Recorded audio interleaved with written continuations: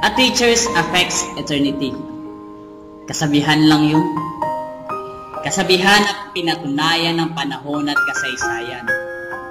Sa dinami-dami ba naman ng profesyong mapagpipilian, doktor, abogado, engineer at nurse, o maging simpleng magtataho, parlorista at tricycle driver.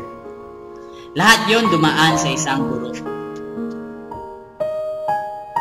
Hindi ko na alam kung ilan ang mga naging guro ko, pero merong isang tumatak sa isip ko, yung teacher ko sa biology, si Ma'am Perdita Santos. Sino bang makakalimot sa kanya? Tinalo pa si Miss Tapia ng school bukol sa sobrang pagka-terror niya. Tingin ko sa kanya parang buhaya. Nasa anumang oras, sasagpain ka ng walang kalaban-laban. Class, get 1 half crosswise. Number 1 question. Ganon si Ma'am Santos. Laging may sorpresa. Kung paano siya pumasok ng natataranta dahil laging 5 minutes late, gusto niya mataranta ka rin sa surprise quiz. Carlos, wala ba kayong suklay? Angela, wala ba kayong plancha?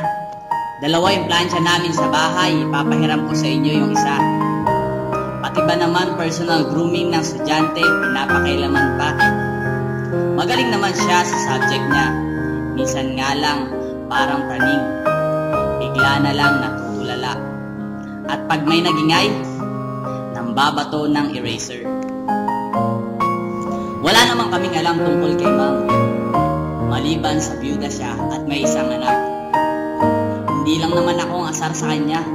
Marami kami. Pakiramdam namin kasi sobra na siya kung manghimasok. Gaya na lang nung mabsent ako ng 4 na araw. Napaaway kasi ako. Ayokong pumasok na may black eye.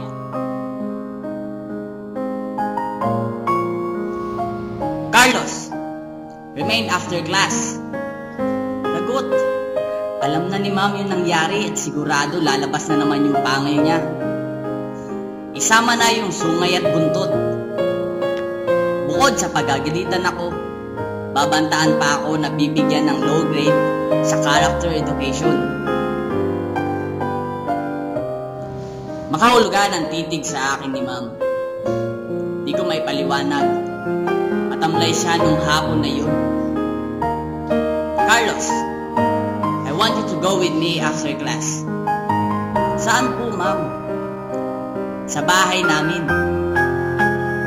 Nagtataka man pero di na ako nagtanong pa. Naisip ko na baka magpapatulong siyang magbuhat ng mga libro bilang parusa sa mga kalokohan ko. Pagdating sa bahay nila, pinadatnan akong nakahiga sa papag na may kutsyon. Halos kaedad ko, pero kakaiba siya. Carlos, siya si Ace, ang anak ko. Meron siyang cerebral palsy. Lahat ng kailangan niya nakadepende sa akin. Hindi niya kaya ang sarili niya. Nabigla ako sa aking natuklasan. Nagbago sa isang iglap ang tingin ko kay Ma'am. Kaya pala lagi siyang nagmamadali sa pag-uwi. Kaya pala lagi siyang 5 minutes late. Kaya pala minsan nakatingin siya sa malayo. Ng mga oras na iyon, naging instant hero sa paningin ko si Ma'am. Sa kabila ng kanyang suliranin at dalahin sa buhay, nagagawa pa ni Ma'am na pansinin ang kakulungan ng mga estudyante niya. Nasa kabila ng obligasyon sa tahanan, nagagawa pa ang trabaho sa paaralan. Carlos, ang pangarap ko sa anak ko kahit kailan hindi na matutupad. Pero ang pangarap ko para sa inyo na mga batang hinuhubog ko, pwede mo bang tuparin para sa akin? Noon ko lamang na-realize, mali pala ang impression ko kay Ma'am. Ngayong malayo na ang narating ko, hindi ko alam kung nasaan na si ma'am. Pero sa puso at isipan ko, mananatili siyang magandang halimbawa at magandang karanasan.